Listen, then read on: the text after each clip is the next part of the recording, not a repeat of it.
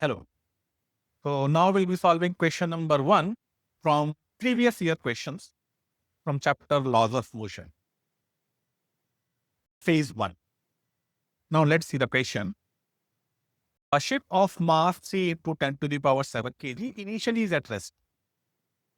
Is pulled by a force which is 5 into 10 to the power 4 Newton through a distance 3 meter. Distance is also given. Assuming that the resistance due to the water is negligible, there is no resistance from the water. That's what we have to assume in this case. The speed of the ship is, we have to calculate speed of the ship after covering the 3 meter distance. Now, as you can check, basically, the force is given and the mass of the system, which is the ship, is given. So, from using the force and the mass, we can always calculate the acceleration by using the second law, which is F is into.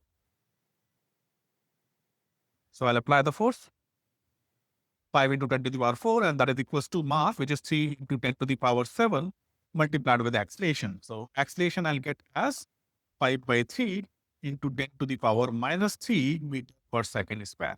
That's the acceleration I'm getting.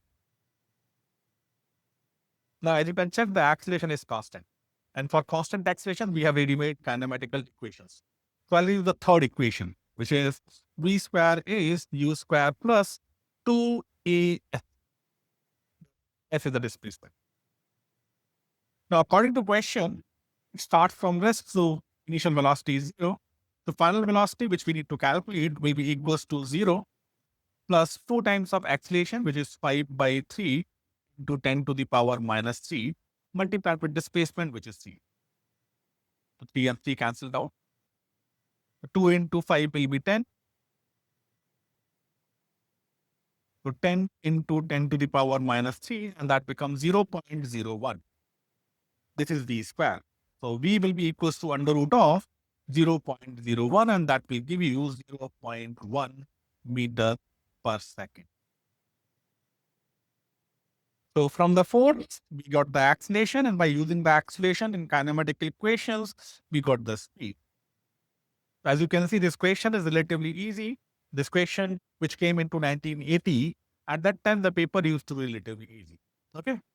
So the final answer is 0.1 meter per second, which is the option C, which is the right option. Okay. Thank you.